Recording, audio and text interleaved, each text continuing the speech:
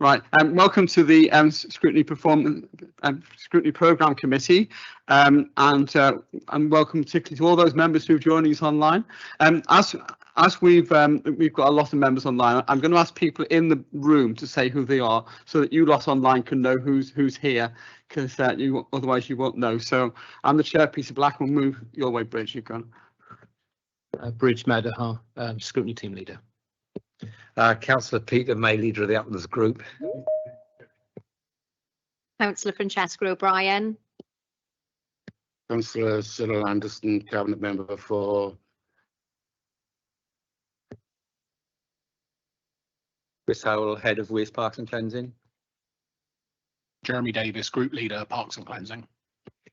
Anne Williams, Team Leader for Enforcement. Councillor Louise Gibbard, Cabinet Member, Care Services. Simon Jones, Corporate Strategic Delivery Unit. Nathan House, Director of Social Services. Good afternoon, Samantha Woon, Democratic Services Officer. Lovely, thanks everybody. Just so people know who's in the room, those who are online. Right, so the first item is apologies for absence. I've got apologies from Beth Allender, one of the cooperative members, and David Hopkins also sends his apologies as well. I think he was coming along for the workforce.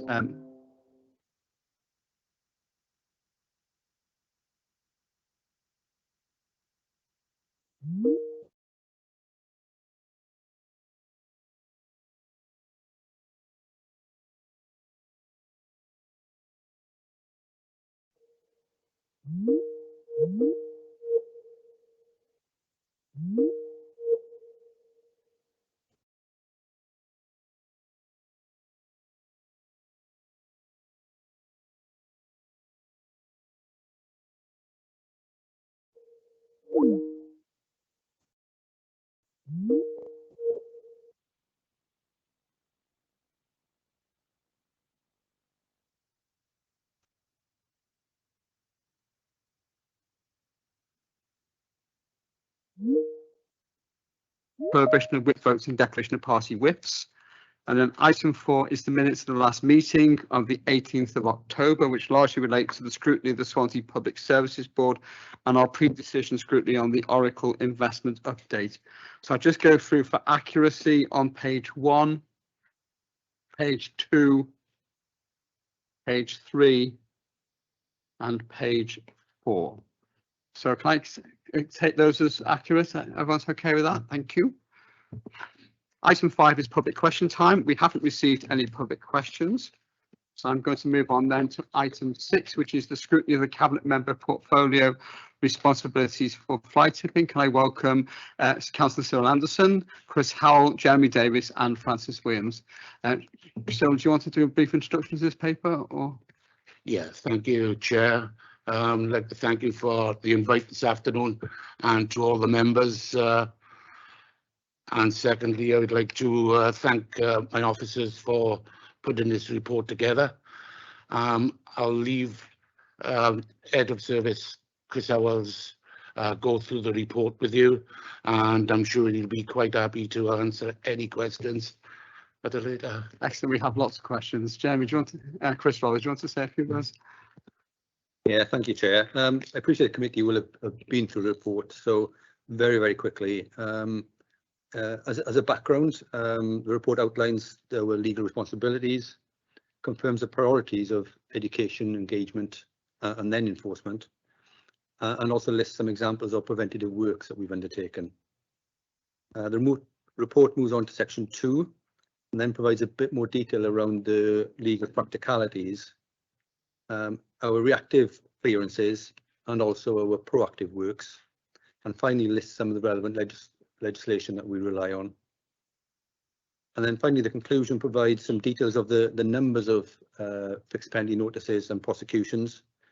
Well, it should be noted that in addition to the figures shown, a further 20 FPNs were issued last year for minor fly tipping, and anything less than 1 black bag we would deal with under as a littering offence.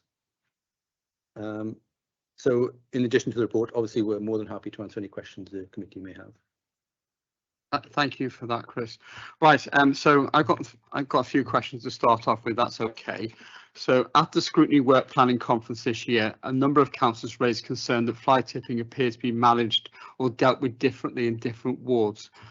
Can you tell us whether the approach to fly tipping and process are consistent across the city and county, or does the approach vary area by area? Can you put your mic on, Chris? Yeah. Sorry, Chair. As a service, fly tipping is dealt with consistently right across the authority. So obviously, individual instances may need location-specific responses. So the variation really is only related to the individual needs of an area, as opposed to a broad, different approach. When you say individual needs, are we talking about rural areas or urban areas, something, or what would be the main difference? Well, some instances may benefit from preventative works. Right. So that might be additional signing, barrier works of that nature, whereas other instances are not suitable for preventative works. And then we can add them to hotspot lists, which we check on a regular basis. Have there been any changes in the way the council approaches fly tipping or wider litter and cleansing issues since last year? No, it's all broadly in the same way. Through Right. COVID, it affected our ability to search fly tipping for evidence and change the way in which we could store evidence. But over the last 12 months, the approach has broadly been the same. Okay, because I noticed that there's on the forward plan for the cabinet, there's a report coming, I think, in February 23 on breaches of the duty of care for householders in relation to fly tipping. I think it's to do with fixed penalty notices. Can you say what is different about that particular? What's changing, and how are you going to be consulting and engaging with the public on that particular issue? Well, we are exploring the possible adoption of the ability to issue fixed penalty notices to households around their not managing their waste correctly and under a duty of care. That legislation is in place now. The council hasn't adopted it as yet.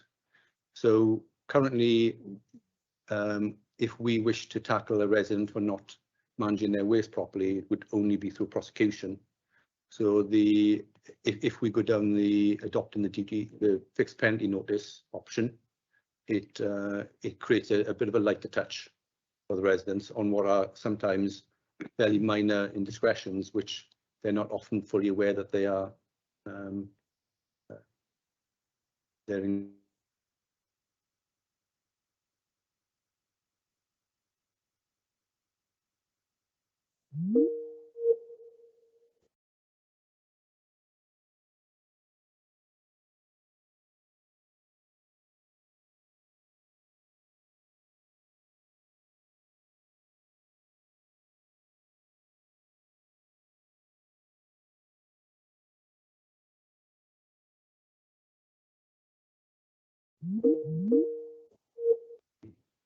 Okay, Matthew, do you have a follow-up question? Matthew Jones. Yeah, thanks, Chair. I'm slightly confused here, Chair. I'm looking at the table here at in front of me, 3.2, and I was just wondering whether you could just clarify when the officer mentions duty of care. Obviously, according to this, do we mean duty of care with relation to how they manage their domestic waste under Section 46 of the Environmental Protection Act, or is it? Because the duty of care under Section 34 is that they failed in the duty of care to check obviously people who are removing their waste have got a waste transfer license and so on and so forth. So I'm slightly confused when he's mentioning duty of care. Is it under Section 46 or Section 34 of the Environmental Protection Act? Well, you have it as a resident, you have a duty of care and under both parts of the Act. In Table 3.2, under Section 34, those fixed penalty notices issued under duty of care are to commercial premises, because we haven't adopted yet the ability to issue fixed penalty notices under Section 34 for residents not complying with their duty of care for their domestic waste. So if a resident employs somebody with an estate car and pays them a couple of pounds to take black bags away and doesn't ask for their waste carriers license or where the destination of that waste is, that they would be in breach of their duty of care. And currently, in a domestic situation, we can only deal with that in a prosecution until, as a council, if the council decides to adopt the extension to the legislation, we then will be able to issue fixed penny notices to residents instead of prosecution. Okay, so, Matthew? well, I'm just, yeah, well, I am, yes, that makes sense. So are we saying then out of the 34 FPNs issued last year, they were to solely to businesses who have failed in their duty of care? Is that what we're saying? Under section 34, yes, that's correct. Right, okay, thank you. Cheers. Okay, but you only issued 5 under section 47, which is presumably the operators who took that waste away. Would that be correct? The under section 47, that would be actual instances of fly tipping, right, where we issued fixed penny notices, the 5 number. In terms of the fixed penny notices, the 34 number under section 34, that isn't necessarily as a result of fly tipping. That often will be a visit to a commercial premises where, for example, they won't have a contract with a waste management company, so they're not complying with their duty of care to have those arrangements in place. Right, so that's to do with them not actually having a proper contract in place as opposed to actually disposing of the waste? Yes. Right, okay, so that's much clearer, thank you. I've got one more question before I bring Matthew back in. There's, I noticed a lot of reports about prosecutions in the Evening Post relating to these patrolbers. I never see them from Swansea. Are we not publicising our prosecutions properly, or are we not doing them? I believe we have a lower level of prosecutions than Neath Talbot. Right. But I'm more than happy with our mix of education, engagement and enforcement. And issuing fixed penny notices, running prosecution is the last resort. We would always seek preventative works first. In terms of how proactively you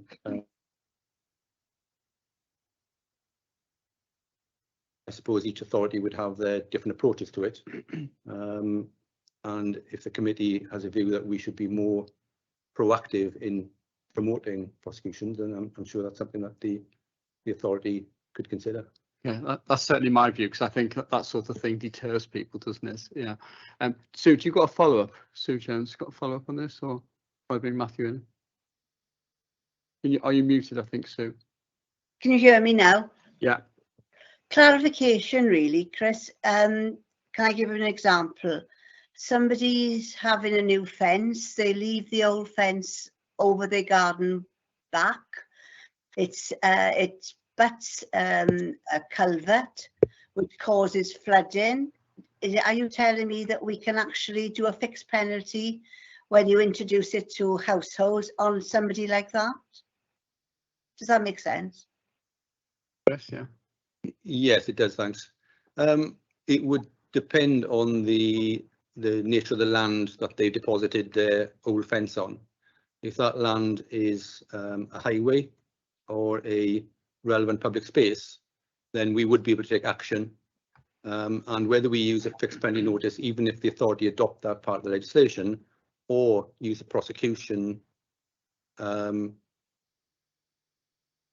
like we currently do, would depend on the severity.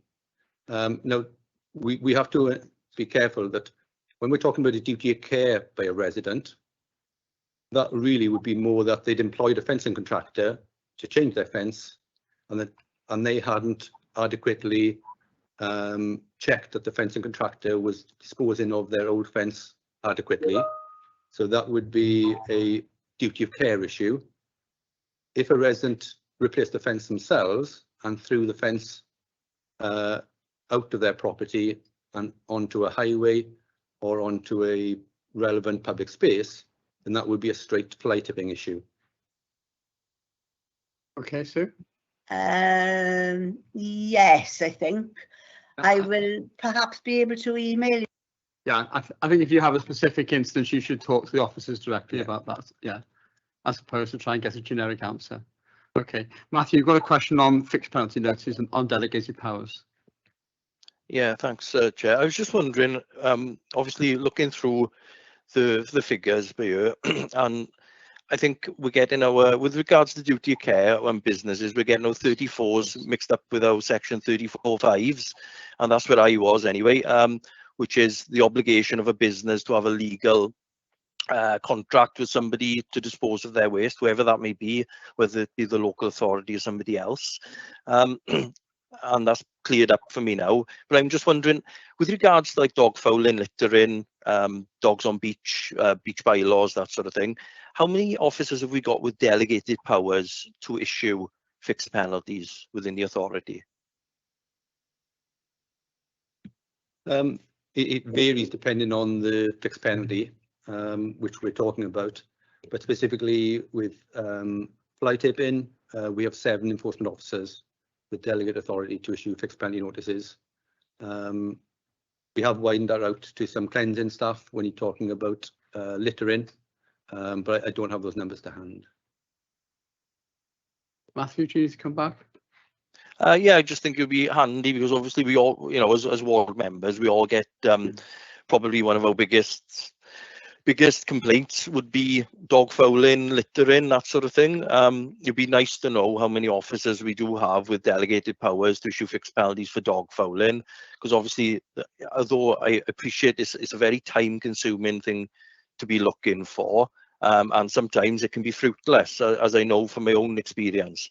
I just think it would be a handy figure to have, to know, to manage expectations then throughout all wards, because it is a massive issue, and you know, reality of it is no officer can be in in all the places at all the times. But I think, you know, stuff like dog fouling is a hot topic and always will be, and I'd like, you know, personally like to see that figure improved where possible. But it'd be handy to know how many officers we have that can issue the fixed penalties as well, please. Chris? Yes, obviously we prepared for a fly tipping report, but I'm more than happy to provide those figures in writing later in the week. Okay, thank you. Right, Councillor Wendy Fitzgerald, you've got a couple of questions. Thank you, Chair, and apologies for being a bit late. Yes, the question I asked yesterday as a suggestion for today was fly tipping in Swansea in terms of the distribution across city locations and rural locations, because you hear quite a lot about the problems of rubbish being dumped in gateways of fields, etc., etc. And I just wondered if there was any information on how the 2 different locations are affected in Swansea. Is there anything you can provide on that? I think it's a really good question, but really difficult one to answer. I think that undoubtedly we have, as most authorities have, fly tipping spread across the authority. There are a list of hotspots which we can provide, again, which may give an indication of our most severe locations. And also fly tipping in different areas tends often to be of different nature. So often fly tipping in rural areas can be of a larger scale, whereas there's lots then of small scale fly tipping in some of the urban areas. So it would be really, I'm not able to give any clear answer or to say that it's worse in one area or another area, but we can certainly, probably may be useful is for us to share our list of hotspots with you. And yes. Yeah, so we can do that. Can I just ask, would there be more of an issue, say, with building waste being tipped in rural locations? I mean, is that information available anywhere?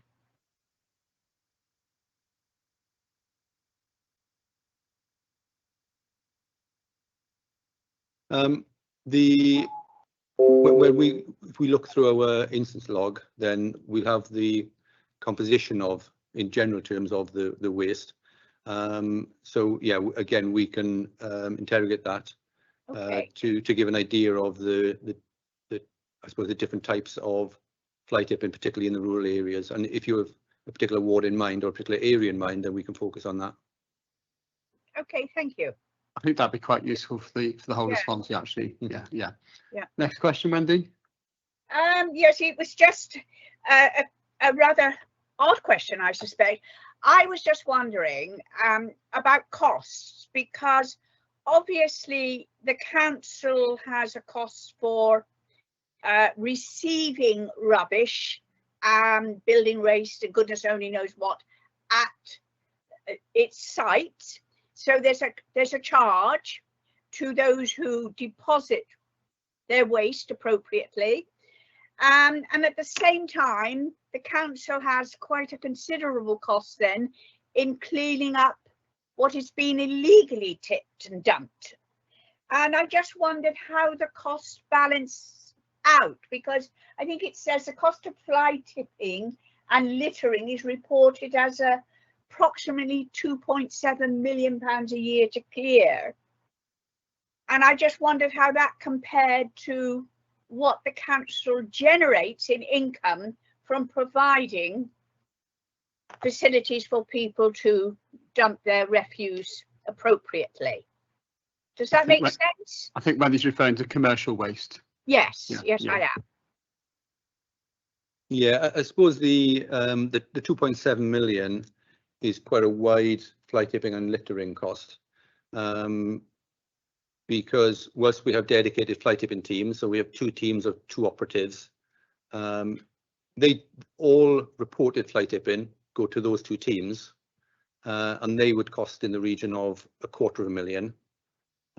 But all our cleansing teams, when they are going about their daily business, emptying litter bins, litter picking, if they see minor fly tipping, they will pick that up as well. And that's why we can't fully disaggregate the costs. But the vast majority of the fly tipping by the fly tipping teams is about £250,000. In terms of receiving commercial waste, the only site that we receive commercial waste is the baling plant, because none of our recycling centres are allowed to take commercial waste at the moment.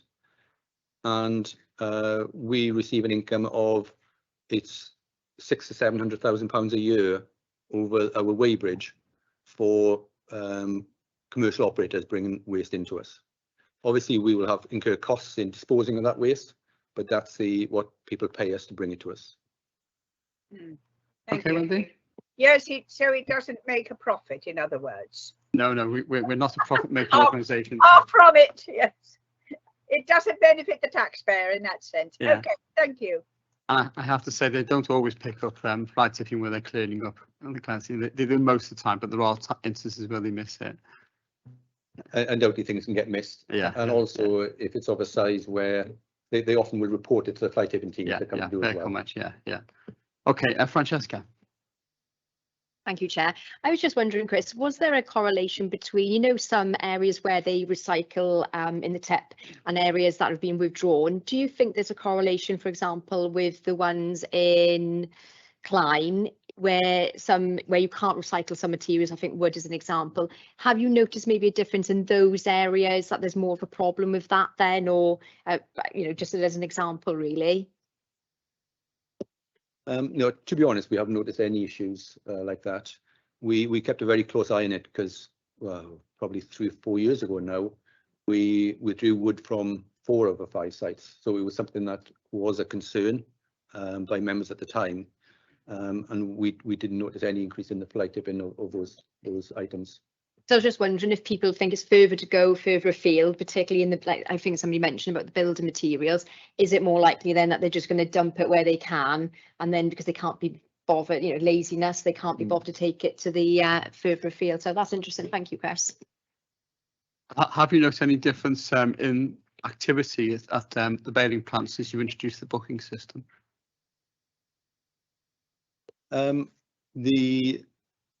The site operates much better now with the booking system. We used to, particularly on peak times, have queues right down to the lake, if anybody knows the site. And that created frustration for people. So now it's very much evened out the peaks and troughs. And even through bank holidays, the booking system keeps the site as quite a high throughput, but a steady throughput through the day, through the week, and through the months as well. I have to say, I find it much better with the booking system. I'm just wondering if you notice any reduction in the use of it as a result of that as well. Really. No, since once we've got over the impacts and waste of COVID, it's very much back to where it was pre-COVID.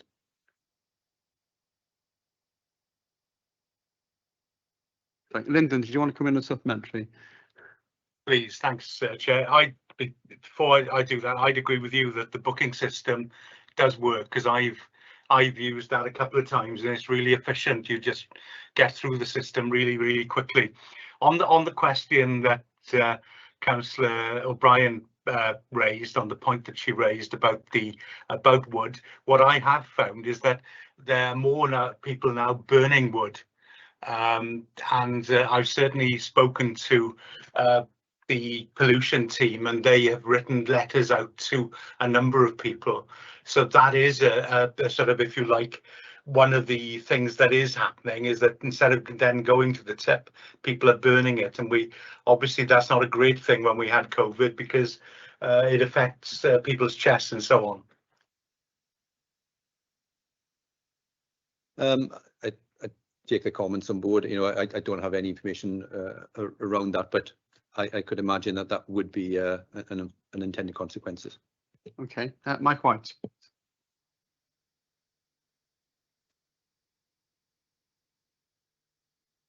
Yes, thank you, Chair. Yeah, thanks, Chris.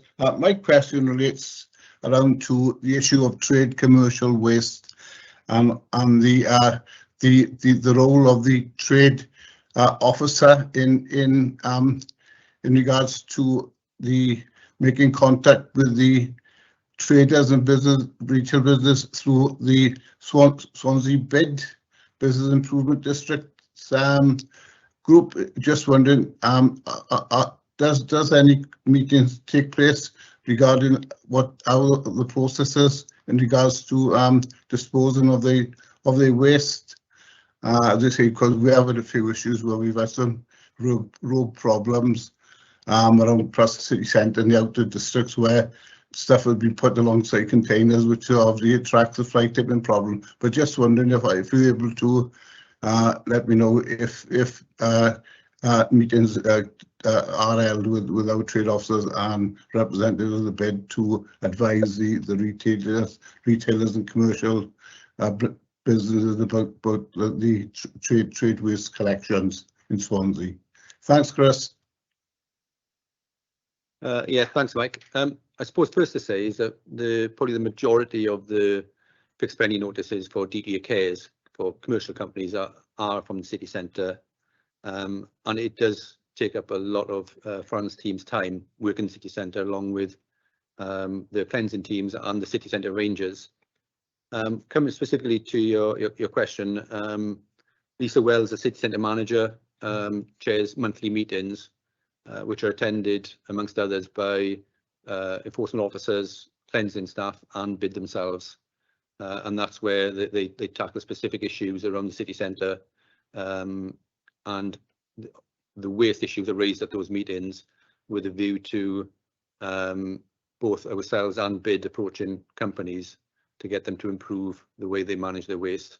And in some instances, we again look at preventative works, and we're currently looking at there's a lane which is problematic for us on St Helens Road, just off the Kingsway roundabout, and we're looking at gating that shortly to limit access to prevent fly tipping down that lane. So yeah, there are monthly meetings, Mike. Thanks, Chris. Thanks very much. Yeah, I think one thing I've noticed is if you go in the city centre, it's quite clear, and you're doing a really good job there. But you go down St Helens Road, along the whole length of the pavement there, you get a lot of waste being stored along there, which really does look a bit of a mess. Yeah, do you want to come on this subject? Yeah. Yeah, thank you, Chair. Not that I eat out a lot, but I do go to a restaurant there quite frequently. But I have noticed you've done some fantastic jobs going off St Helens Road, where you've got the new bins there, so you've got the lockable ones. They are much better, because before, if you've got little ones walking past, the state of that street was appalling. And if you're going there trying to attract customers going to businesses, it puts you off your food. It didn't put me off, but it doesn't look the nicest. So those lockable containers you've got, what a massive improvement they are. I think the problem is you don't actually dispose of all the trade waste, do you, on those? No. So I mean, is there any way you can better regulate that street to sort of keep it clearer? I do get complaints from my own constituents about this as well.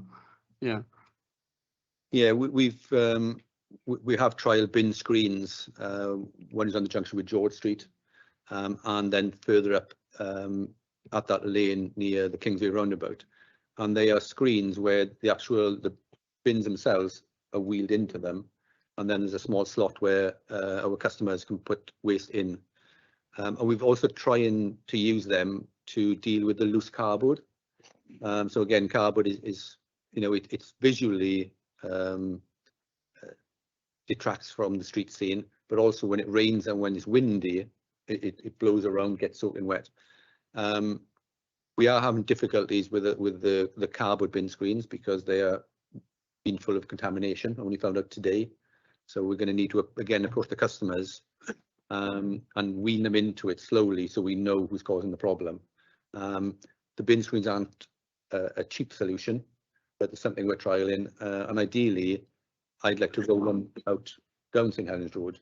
They come with green roofs, so hopefully that makes it a little bit more beneficial for biodiversity as well.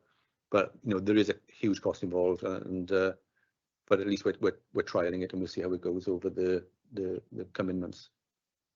Assuming we haven't got any of these fixed penalty notices, we can get the traders to better manage the way they store their waste on the pavement.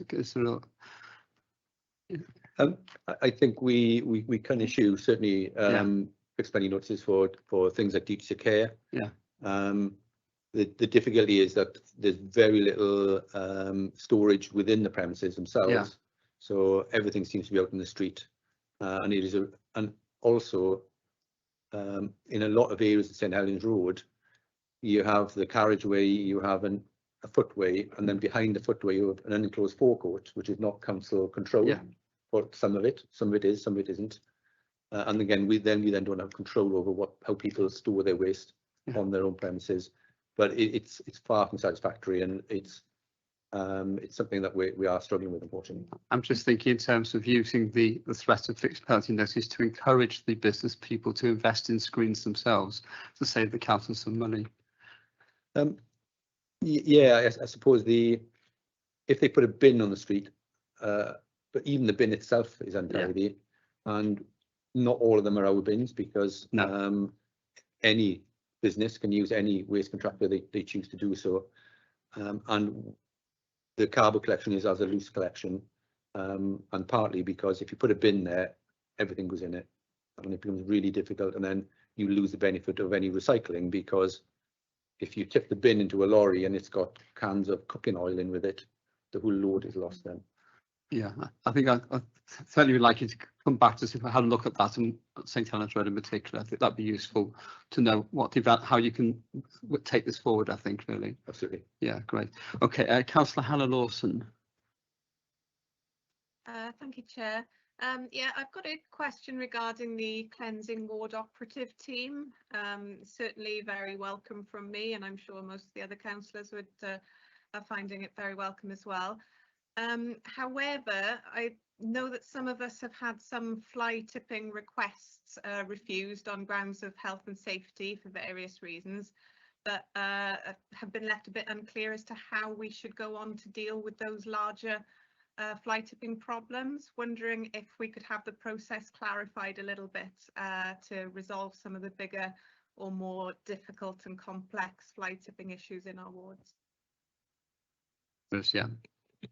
Yeah, if I run through the general principles, and then if you've got any particular examples, if you can send them through to us, and then we can look to deal with those as specifics. The cleansing ward operative teams are not fly tipping teams. albeit they are there really to undertake works which the members specifically wish to be undertaken and are within their capabilities, which obviously can include fly tipping as well. So it's not excluded, but they're not specific fly tipping teams. They operate as two operative teams, and they don't have the same level of equipment that the fly tipping teams do. So if it needs machinery or a hire lorry, then the fly tipping for the cleansing ward operatives would be outside their range. What should happen when it's assessed in that way, that the members, ward members, should be advised this is outside the scope of the cleansing ward operatives. It's being referred to the fly tipping team. So ward members should be advised of that automatically. And then the fly tipping team will look at it, decide what kit they need. There is fly tipping that the fly tipping team can't deal with. If they're down a steep bank or in a water course, again, we don't have the training or the equipment to do that. And then there are, or sometimes the land ownership issue means that it's not for us to deal with. But if it's difficult to get to, again, or it's not our ownership, the ward member should be advised if it's not being actioned. So you should be kept in the loop through the process. But if there are specific examples, Hannah, if you email them through and we can take a look at them. Anna, do you want to come back? You okay? Yeah, thank you. I mean, one of the examples, funnily enough, two of the examples that I'm thinking of, one in my own ward, which is in a steep bank, and one in a different ward, which is in a water course. So yeah, I appreciate they're very difficult and they've got to be done with the safety of the operatives in mind. But who would generally deal with those sorts of incidents then? If they're in a water course or down a very steep bank, we then look to engage other organisations. We've linked in with the fire service, and there are other sort of rescue organisations who sometimes utilise this type of occasion to practice their rope work. You know, that's their options to us. We need to assess them really. And in water courses, again, we can engage with NRW, but it'll depend on the nature of the water course as to whether NRW wish to get involved or not. But yeah, if you can send those through, we can look at them in more detail. Okay, Matthew, did you have a supplementary on this? Well, it wasn't so much of a supplementary, Chair, and stop me if I'm going off. Well, I was just going to comment on the report in general, really. I think it's, you know, very creditable, very comprehensive. I like the mix of education with regards and enforcement. And I think when it comes to fly tipping, I think we all need to remember that there isn't a statutory duty on any local authority to investigate fly tipping. I think it's a credit to Chris and his team that they're being so proactive in what they do. There's a lot of authorities out there that don't even entertain investigating fly tipping and dealing with the people that blight our landscapes, as they say. So I think, you know, from my perspective and in the Llan's Hamlet ward, it's you know, keep doing what you're doing and keep getting the results you're getting. That's all. So that was my comments on that, Chair. That's all. Okay, thanks. I certainly reinforce that, and you know, the teams are doing a fantastic job. I've got another question from Rebecca Fogarty. Rebecca. Oh, thank you, Chair, but I think my question's been covered really by the comments from Councillor Lawson. Well, I'll take up some of it then, because I have concerns about the reporting mechanisms from the CWATS teams. I think it would be useful, and I think other councillors have said this as well.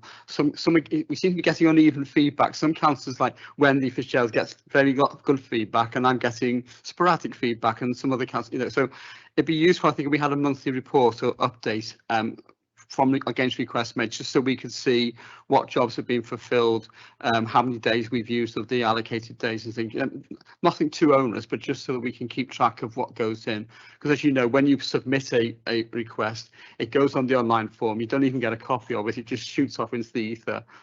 you assume it's been taken up. So something like that would be useful. And it's very early days, I know, and they're doing a fantastic job, but I think it would be useful as we develop this service to make sure we're getting regular reports back, a monthly report back, say, on what we submitted and how it's been dealt with. I don't know if that's okay with you, Chris, or if that's possible.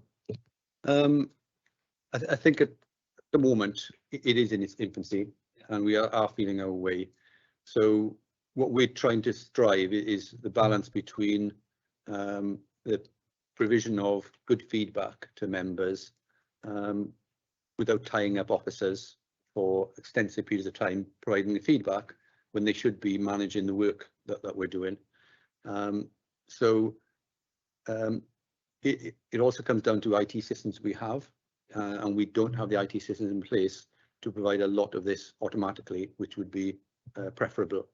So all I can say at the moment is we're still reviewing how we should report, and I'd like it to run for several months first, then get feedback of members as to how it's working, what are they short on as members in terms of information and response, and then we then need to plug those gaps and strike the right balance. So yeah, it's in its infancy. I absolutely recognise it's really important that members get the feedback they need, but it's about us trying to find the right balance. So once we look to develop the feedback, we then can make sure all board members are updated on that process. I've got one more question in relation to, and Matthew's touched on this already, dog fouling. There was one fixed penalty notice issue between April 21 and March 22 with dog fouling. It's all over the place, as you know. I mean, is there any way we can try to tighten that up a bit? I mean, I know it's really difficult. I know you've got to identify the person, you've got to see it, the dog actually doing the business, and then you've got to get the names and address and stuff. But I mean, it does seem that we're not really doing a great deal to actually tackle that, mostly because you have a lot of other things on as well. Just wondering, is it possible to try to pick up on that a bit? Ooh, it's a really difficult one. And you know, I'm more than happy that we maybe engage with other authorities to see if they have a different approach and whether that works better. You know, colleagues in Neath Talbot, for example, and everything I would have said back to you, you've said already. It's really difficult. You need to see the dog foul, approach the person there and then. We get asked to make site visits to hotspots for dog fouling, and Fran's team make those visits. If they're in the high vis, all the dog owners behave, and they talk to each other and say, oh, there's a council officer there, make sure you pick up. So I suppose it is a balance of, do we want people to behave, or do we want to give people fixed pending notices? But I do understand that if we go undercover, so to speak, we could give more fixed pending notices. Will that then change people's behaviour so that they'll behave all the time, and they won't wait to see a high-vis court? It's really difficult. I'm more than happy and open to try alternative ways of working, but you've got to accept that if we put more resource into it and more time into it, that resource and time has to come out of something else, and then it's about priorities. I even get residents sending me videos, which is not very pleasant for breakfast, I can tell you. But I mean, the problem with even with the videos, you can't identify the person unless they know who it is. Yeah. So, but yeah, okay, we can see what we can do about that. That'd be helpful. Peter, do you want to come in? Sorry. Yeah. Sorry, Kevin. Even though I wasn't the pre-week, I'd like to ask a question. Oh, thank you very much for that. It's mainly on 2 points. CCTV. We've got 2 types there mentioned. There's covert, but I'm looking about overt CCTV legislation. Now, in the last electoral term, I used the community budget and put a couple of what we can say cheap and nasty cameras in there. They were fed, they were batteries with a length of about 3 months. You could review the footage on an SD card. They were triggered by movement, so they were quite a cheap and effective solution. As you know, the Uplands ward, like others in the city, has a network of back lanes where fly tipping mainly takes place. Now, we actually secured a prosecution because we saw a van drive up. over and Fran's grinning nicely at it. Yeah. Unload, and it was a prosecution being, and then we saw van drive off. So case dismissed, and basically that's the FPN value of it, like 180 quid or something, I think it was, all but paid for the CCTV camera that we installed. So going forward on that, we thought, well, we can develop this a little bit, because using our full-time ward operative and CWATs, we're clearing back lanes to ensure drainage channels go, and obviously making those lanes a better place. People are less likely to fly tip on them, or if you know that you've got the cameras have notices on them and everything like that, so they are in fact very overt. When I wanted to develop the program, the result I then got back from the community safety was haven't really got the time and resource to develop this program. The cameras aren't very effective. We have every sort of excuse possible not to do them. Whereas I thought we were really missing a trick there, because here you had something that was providing value for money. We all know the high threshold that fly tipping or to get a prosecution does. We've seen it strenuously in the Uplands War. You get you open a black bag, you've got a letter with a bank statement on it. No, not good enough. You didn't see the person plonk the bag down there, so we can't do it. Whereas this actually saw the van, it nailed it. So the question I'm really asking to the department, I know that enforcement have their own set of fly tipping cameras which they can, you know, put up, but we stumbled across a very cheap, cost-effective, and more to the point, effective solution, and we nailed a prosecution. So can we have a rethink about that, possibly working with community safety with a view, instead of trying to cut that service, try to expand it, because I'll tell you something, it worked and I wanted to develop it, and now it's been sort of, I said I can't use it anymore. So is that something, please, that we could look into? I'm more than happy to look into any idea like that. It's great that we had success with that camera. Undoubtedly they can work. They're not suitable in a lot of locations, because obviously you need someone to site it. And then in terms of the cost of operating a camera, it's not just the cost of the camera. Somebody's got to put it up there. Somebody's got to change the batteries. And if it's an area where there's lots of movement, you could end up spending hours and hours and hours trawling through footage to get an instance of what happened, because the camera's running a lot of the time. But that said, it is, I just don't want to sit here and say and give lines of excuses, because all these things can work, and it's about using the right tool in the right place, I think. So I'm more than happy that we explore that, and maybe seek volunteers from members as to if they have areas that they might want to trial this sort of thing. Thank you very much, Chair.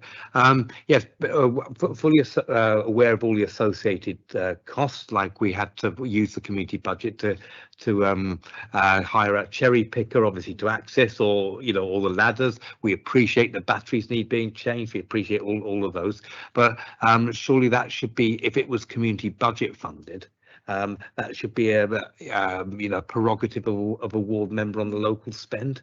We'd actually had a planned like a network of it to make it more cost effective, so we could have like a round going, and use the same cherry picker, say, for the morning and for the day, and then have like a little network. But they, in back lanes, worth their weight in gold they were.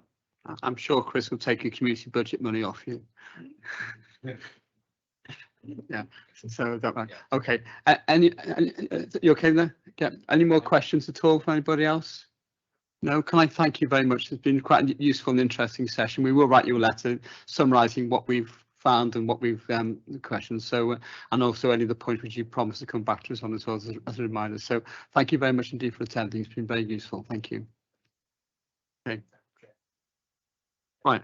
Item 7 is the annual report on corporate safeguarding, and I'm very pleased to welcome Councillor Louise Gibbard, the Cabinet Member for Care Services, and also Dave Howes, the Director for Social Services, and Simon Jones as well, for the Social Services Strategy and Performance Improvement Officer.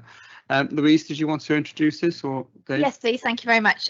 Yeah, thank you for committee for inviting us to present the report today. Big thank you to Dave Howes and to Simon Jones for preparing the report, and to the teams obviously doing the work behind it. And you know, obviously safeguarding is a key council priority, as we know. It's everyone's business. We've just had a presentation about fly tipping. You know, our waste enforcement teams are just as important in being the eyes and the ears of the council when we're looking at safeguarding. The report goes through the 7 key areas that are reported to the corporate safeguarding group: safe governance, employment, workforce, practice, partnership, voice, and that all contributing then to safe performance. I'll just sort of go through some key points in some of those, and I know that Simon will then jump in if I forget anything, wants me to anything he thinks is worthwhile me raise it, not I haven't raised, and Dave as well, obviously. Key to the arrangements at the moment is the introduction of the duty to report on all council staff, which has been incorporated into the revised corporate safeguarding policy and the new revised mandatory training programme. It's obviously really important to raise awareness of this duty, and also the understanding of what that means for every member of staff across the authority. There's a much wider range of safeguarding issues now in our communities, which we all need to be aware of: staff, elected members, and in our partners, and indeed the public. You know, a lot of work going on around contextual safeguarding, awareness of exploitation, radicalisation, modern slavery, all of those kind of issues. You know, it's important for our staff to know that what to look out for in those areas. In terms of governance, we are confident that our arrangements are robust and our leadership is effective and clear. There's with accountability and named safeguarding officers in each service area.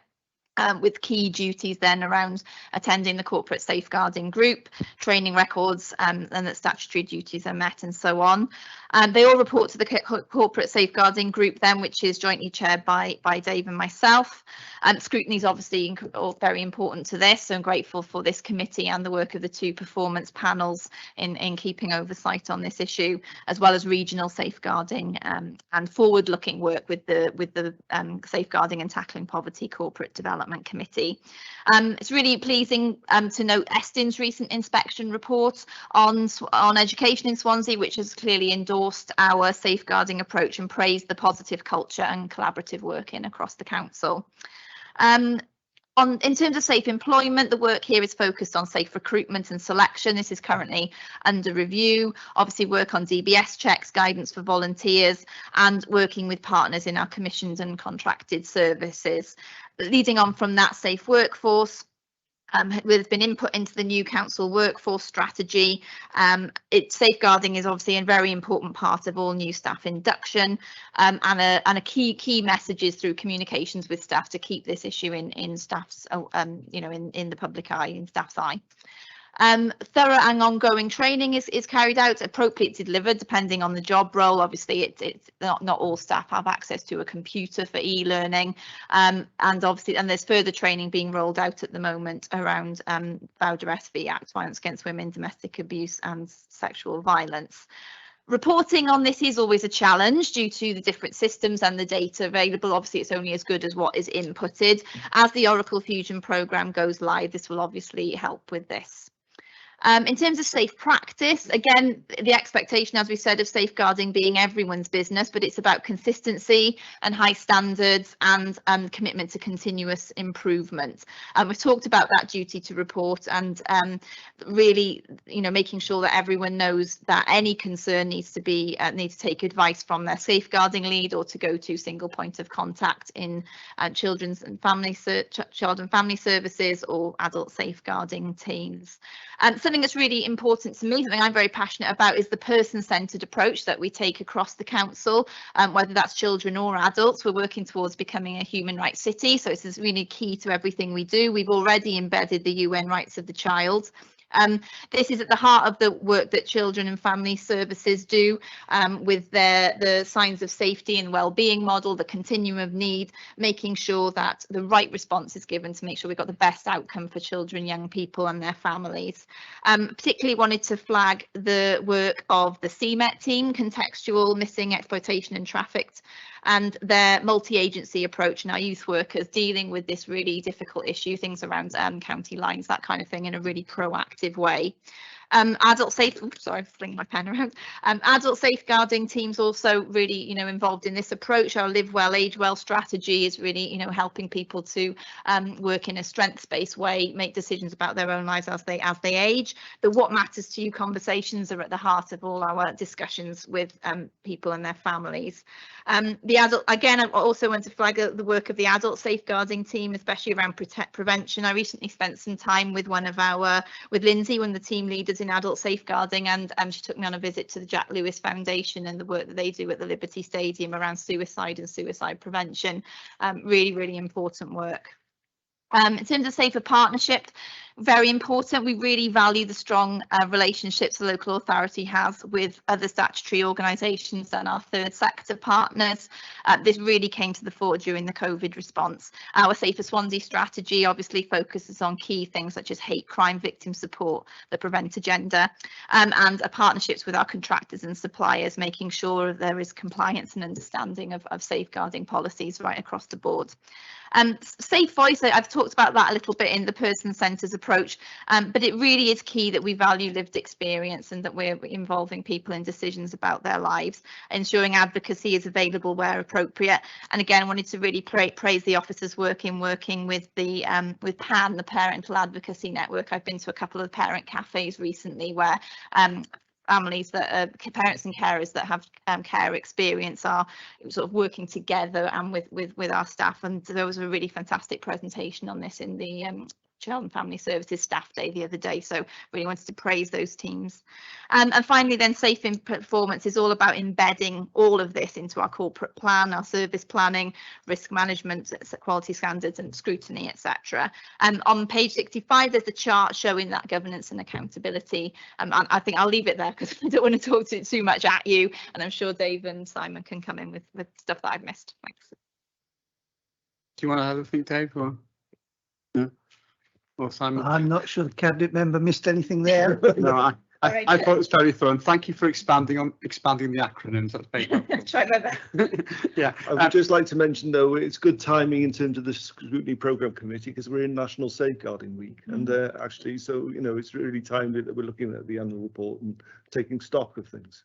I'm not going to say we did it deliberately because we didn't, but thank you. OK, I've got a question. First of all, in relation to paragraph 2.5.3, this is working with contractors and suppliers. Obviously, you've done a lot of work on this, and I know we raised it a number of times in previous scrutinies.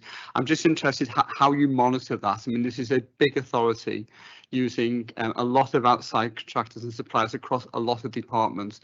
We do tend to be quite siloed. So I'm just wondering how that is monitored and how you keep on top of all that. Tricky to monitor that, and it's a proportionate approach. So the strength of the contractual expectation will depend on the type of service that's being delivered. So if we think about all of the services that Social Services Commission, for example, they're going to be very intimate care and support type services. There's very close monitoring in those arrangements, both in terms of, for example, the social workers' input and then feedback on what's going on, with the providers that they're engaging with in response to the person receiving care and support, and then followed up, on an appropriately regular basis by our commissioning and contract managing team. So it's very tight in those sorts of arrangements, which is where we'd want to focus our efforts. In terms of where we're at with the broad range of things that the council commissions, there'd be a less intensive, I guess, expectation of the extent to which providers would embed there. They would need to include, yes, they would comply with our policy, and that would include, you know, an expectation that if you come across something, same as we would have expectations of our staff, that you would know who to report to or who to seek advice from, you know, plus some other expectations. So some level of, you know, of consideration within their own arrangements, more generally proportionate to the type of services that that they're providing. Monitoring of that would be a challenge. So there would be an expectation when those contracts are reviewed by whichever part of the council is overseeing that contract, that they can give consideration to. Is there any evidence, you know, either of concerns about not being compliant, or any evidence to suggest, you know, a bit more proactive? But to be honest, that would be a tricky thing to have an expectation and complete oversight of. One of the suggestions that's come up in one of our most recent boards, though, is that we would ask for the audit team to look at, as part of their ongoing programme, at least the extent to which the paperwork expectations are being complied with across the council. That's probably the next step, but it's a bit iterative, Chair, as to how much you can do. And in the end, you know, we've created safer conditions than they otherwise would have had a number of years ago. But whether you ever get towards a utopian perfection, probably not. Just keep striving to be better and better. I think the audit suggestion is a good one, because they do look at processes, don't they? And if that's built into their audits, then that would certainly be one way of looking at it. Are you aware of any concerns or issues which have been highlighted in this at all? I mean, do they report back to you if anything comes out like that? We just received an internal audit report on the whole of corporate safeguarding arrangements generally, you know, rather than the specific area that Dave was referring to. And broadly, they were, you know, really satisfied with how we are taking this agenda forward. I think there were two areas that they focused on, and one is an area we're aware of, well, both areas we were aware of and working on, but one particular is building on the success of the self-assessment process. As you say, we've expanded the operation around self-assessment this year, so all service areas we're expecting to produce their own view of the world in terms of how they're taking corporate safeguarding forward. So we would expect to see issues raised through that process, and then we're starting to use the themes from the self-assessment to inform our work programme as part of the corporate safeguarding group. Now, you know, so information around contracting, supply, you know, that type of thing will come through that. But the internal audit have found that process to be robust, but they do want to look at coverage across the whole council. You know, the reach of the self-assessment. Generally, we've gone through who are the existing named safeguarding persons who attend the group as representatives, because they are informed about corporate safeguarding. But we are going to have to review the membership and to make sure that we are covering all areas and new areas of the council's business. And the other area that internal audit looked at was our ability to report on mandatory training compliance, which is something, again, we're aware of and there's probably like to be a question about. Is that going to audit committee, that report? I'm not sure. I think the process would be that it would go to government. Yeah. It's reported by internal audit. So yeah, could you check if it does go to audit committee? Because if it doesn't, I think we'd like to see it. But if it's going to audit committee, then they'll deal with it. So I don't want to duplicate things. But if you could just let us know if that is going to audit committee, okay, yeah, be great. Chris Holly, you've got actually onto mandatory training compliance, aren't you, Chris? Yes, thank you, Chair. I want to know what the headlines of last year on mandatory training compliance by the staff, and are there any issues with the DBS checks? I know that in the past there's been issues with it, and I was wondering what are the problems? Is it timescales or whatever? And I'm not really sure if it does go to audit. I know that the report does go through performance, so it may be worthwhile checking on that, whether or not it's coming to audit or performance. But the mandatory training compliance, I would like an answer on that, please. Yeah, thanks, Chair. So Simon's already highlighted, I know the committee are aware of, we have had problems in terms of reporting because we didn't have a corporate system that was able to generate that information. So a step we've taken in the interim, because as the cabinet members indicated, we are expecting that problem to be resolved through the implementation of Oracle Fusion, and then we should have contemporaneous information available to us at the click of a button. That's what we've been promised. So we'll look forward to receiving that in the board. In the meantime, we've undertaken a manual check of levels of compliance. So that's come to the board on a recent occasion, and we were reassured at the board. We had level of compliance was at something like 80%, which actually is good. If you think about the amount of churn that there is within a big organisation, I probably wouldn't be expecting anything different than that. But that was a manual and one-off check at that particular point in time. Really what we need is live information all the time, particularly as the council is likely to go through a number of changes, isn't there, in reality over the next few years, given the difficult financial climate we will find ourselves in. So waiting for that's when we can get absolute assurance. But in the meantime, we've undertaken some manual arrangements. Well, it wasn't us, but it was actually our corporate centre took that responsibility for organising that.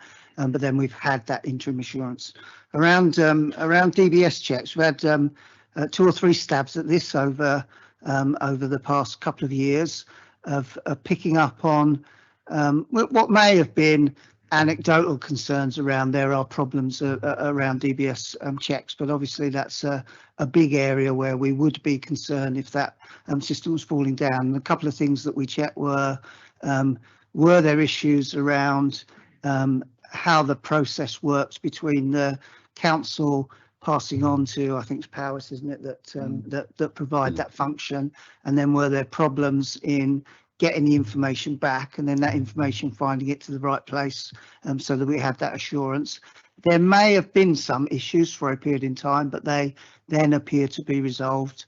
Another area that we looked at was that the process was supposed to be that when DBS, the check of somebody who required a DBS check at whatever level, that there was an automatic alert both to the individual and to their line manager, and there were some concerns about, was that process working, were individuals getting those notifications again when we did a bit of a deep dive. Again, if there were any problems, they appeared to then get resolved, so we were then satisfied as a board that those arrangements were working okay. Probably the more fundamental challenge, and that is still a live challenge for many organisations, not just us, but in particular actually the health board, about the actual rules around who should have a DBS check. And probably the council's instinct historically has been towards, well, we'd rather be over cautious about the number of people that require a DBS check. And we've maintained that position. I think you can only go so far with that, because there are rules around that, and be a problem for the council if it was to deviate too far from that. But actually, probably the bigger area of concern still is around organisations like the Health Board, where certainly historically, we have been concerned as a regional safeguarding board around are the rules being followed or not, and are the expectations nationally of how frequently, for example, a check needs to be updated. They didn't appear as robust as they could have been. That was raised nationally, and we've had discussions with the Health Board as well about whether they can strengthen them or not. I don't have a recent update in relation to that, but they're the main areas that we looked at. Was aware as well of some other activity via the audit committee around DBS checks in relation to schools. My understanding was there was in the end sufficient assurance was given, and again that feedback came through to the safeguarding board, so we were reassured as well that had been picked up, looked at and addressed. I certainly recall that audit committee scrutiny on DBS checks. I think it might have been a bit wider than that, but I know that they were satisfied at the end that there was assurance on that. Though I'm not so sure about you relying on technical IT solutions to things, Dave, but they tend to promise a lot, don't they? Chris, are you okay? Anything follow up at all? Yeah, that's fine. The only comment I would have is that, you know, it's the level at which we need all these safeguarding checks and the mandatory safeguarding checks. And I think at some stage, you know, it would be possible, if, you know, given time, if we could actually see at what sort of level the DBS checks and what have you need to be done. And I think you are right about some form of guidance from wherever about how the DBS checks and to what level they carried out. But thank you for your answer, Dave. Is there hard and fast guidance on this? It would probably be worth if you can clarify absolutely the question that Chris was looking for. I don't mean that you were unclear, Chris, but just as a prompt to us, we can come back to the committee with, well, this is the work we either can do if clarity isn't there, or otherwise advise. So I think stuff that would give further reassurance to the committee, if you can clarify that in any letter you might produce at the end of this, we'll follow it up then. My understanding. I will clarify that with the chairman at some stage in the future and before the letter goes out. I think my understanding that Chris is asking what staff would require a DBS check at what level and in which departments. Would that be fair, Chris? That is correct, yes. Yeah, okay. Yeah, So and there's an interplay between council's rules and the national guidance around expectations. Yeah. So it'd be worth us properly following up on that and providing that to the committee. Yeah, okay. That didn't take long to resolve, did it, Chris? Right, Sue. No. Sue Jones. Is she there? My computer is playing up, sorry. I was just going to ask a question on advocacy, Dave, if you're able to tell us how you're going to improve the advocacy service. What is it now like, and what are you hoping to improve it to?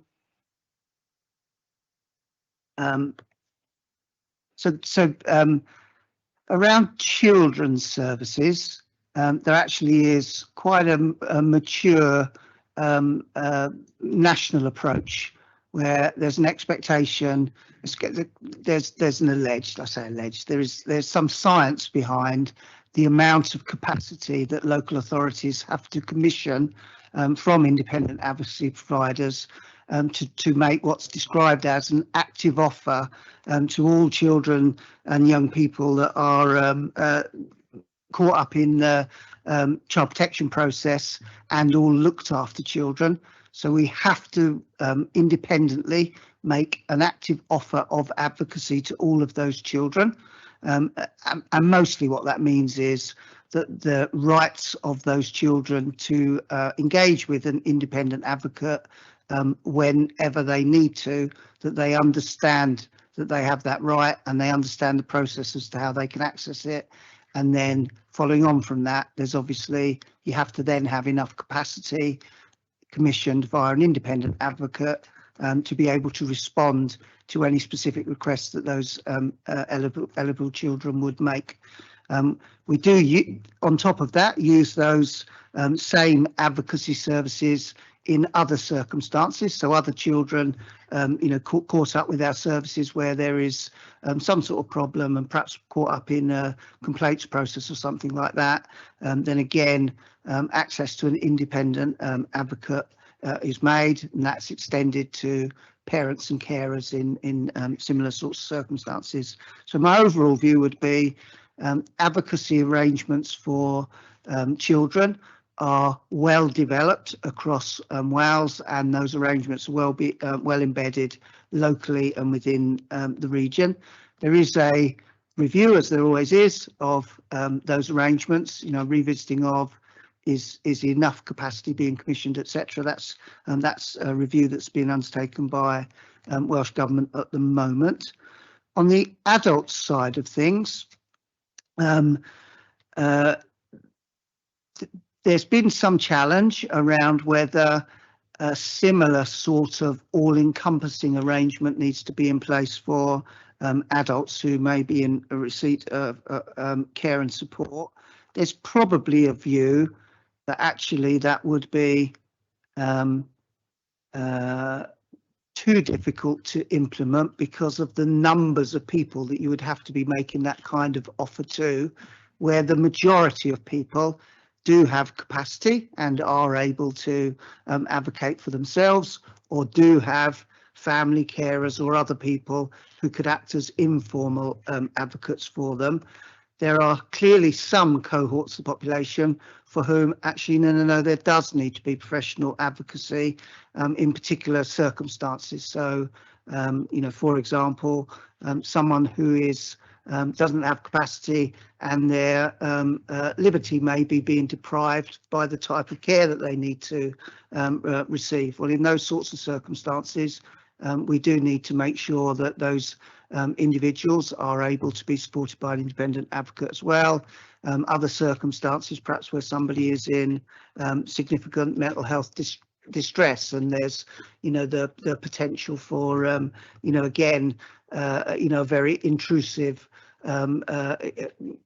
health care interventions take place, again where their liberty might be restricted. So in those sorts of circumstances, again, independent advocacy arrangements are commissioned, and we ensure that in those circumstances that advocacy support is engaged for those individuals.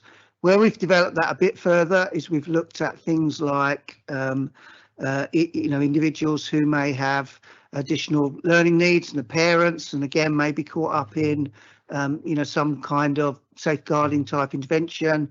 At its most extreme end may end up in care proceedings or something like that. In those circumstances, we've again extended what we commission to more specialist independent advocacy services, able to work with those kind of with parents in those kind of circumstances. So how I'd quantify the arrangements around adult advocacy, it's good arrangements for those individuals that meet the kind of criteria that I'm describing there. There probably is more that could and should be done.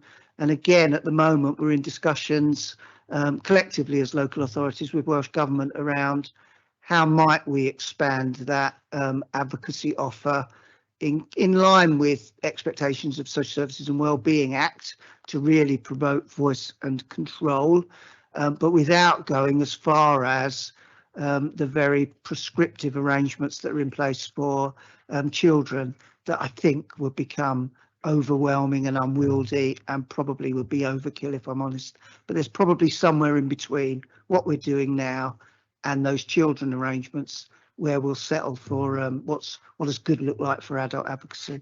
Thanks, Louise. Yeah, just to add to that, not quite advocacy, but in terms of co-production, work very closely with the co-production network, direct payments forum, parent carer forum. So even not through sort of formal advocacy, there's a lot of opportunities for people's voices to be heard as we're making decisions. Okay, Sue. Yeah, thank you. Okay. Anybody else got any questions on this report at all? No. I thank you very much indeed for coming along. It's a very good report as usual, and pleased to see we're making a lot of progress on this issue. Thank you very much indeed. Thank you. Right, item 8 is the follow-up on the Workforce Scrutiny Working Group. We've had apologies from Councillor David Hopkins, but we have Rachel Davies here, who's the head of HR and Service Centre, and she's with us remotely. Rachel, did you want to make some introductory remarks on this at all? Hello, yes, thank you, Chair. Good afternoon, everyone. The report that you've got in front of you today deals with things that have happened from Workforce Matters perspective since the last meetings in February and March, and talks through a couple of really important strategies and plans that have been signed off during that period that will help us have a forward look to the future. And if it's acceptable with you, I'll just touch on a couple of those items that are in the report before taking questions, Chair. So please do, yeah, sorry. So essentially the second paragraph talks around the post-pandemic working model, a copy of which is in the appendix list. and that has been recently signed off in October and approved by Cabinet. And this will help give the long-term picture to our staff who have been working predominantly remotely since March of 2020. And each service area is currently working on establishing their set of principles and what their operational requirements and customer contact standards will look like for the long term as we emerge from the pandemic. And that will include an analysis of whether job roles in those areas are able to be available for agile working. And once that exercise is completed and those plans are approved and signed off, we will have a definitive long-term picture for which our workforce will know the exact expectations that will be required of them and how they can either work remotely in a hybrid way or potentially from a fixed location if that is the best need for the service that they provide. We also give an update in the report around a really important topic, wellbeing and sickness absence. I know that this has been a feature that's been discussed in plenty of different fora over the last couple of years. We have seen an increase in absence this year in Q1 and Q2. There has been a lot of COVID-related absence compared to 2021. And we are expecting, with the protocol around long COVID having come to an end nationally in Wales, Q3 and Q4 should start to see an impact of a drop off of those numbers. We do still have dedicated resource working with directorates on absence, and there is a list of actions that are being undertaken within the report. And again, there's an absence management update that has gone to Governance and Audit Committee in September, and a copy of that has been provided in your appendix list as well. There's a list of occupational health interventions and support that's been taking place throughout 2022. I won't go through all of them here. You may have some questions around those, but the council also reconfirmed its commitment to the Dying to Work Charter, and that pledge was re-signed in September. There's information within the report for you on agency workers and what has been done since the last meeting, and we are currently within a tender evaluation and award process and are looking to have a new contract for agency workers by the 1st of April next year. Again, we've taken a report to audit around agency that's listed in your appendix, and luckily it was good to see that we had an assurance level of substantial for agency usage. I've been appointed and I've been here now since the middle of June as the head of HR and Service Centre.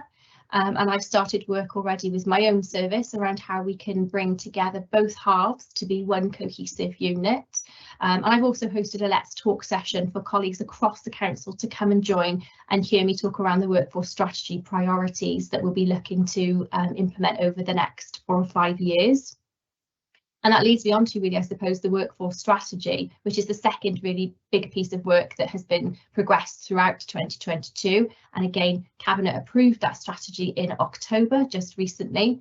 We've got 4 really important key themes and some strands and associated objectives within that workforce strategy. And again, as we come out of the pandemic, that will really help us focus on what are the areas that we want to invest our resource in to focus on making Swansea a great place to work. And those centre around the things you would expect to see under leadership and management, making sure our workforce is fit for the future, being that employer of choice, and of course focusing on well-being and inclusion. The report then concludes with an updated picture of some workforce demographic stats that you have had previously. There hasn't been a huge amount of change in some of the areas around age profile, for example. You wouldn't necessarily expect to see much of a change within a 1-year period because our brackets are by each decade of age. And also grade profile and the temporary permanent split between male and female, again, hasn't really changed significantly throughout the COVID years. Occupational health data is also included so that you can see we are still making a number of referrals through to occupational health, whether that's a regular appointment, whether that's stress management, or whether that is our health surveillance appointments, which are a mandatory requirement for us to carry out for the workforce. So I hope that the list of appendices with information around each of these areas gives you assurance that lots has happened throughout 2022. The post-pandemic working model and the workforce strategy, now that they are approved and in train, will really be the key documents now to monitor progress against implementation for those objectives as we go through to 2027. And so yeah, I'd be happy to take any questions that you may have. Thank you, Rachel. That's a very, very comprehensive report you've given us here, so that's very helpful. I got Mike White's got a question, I think, Mike.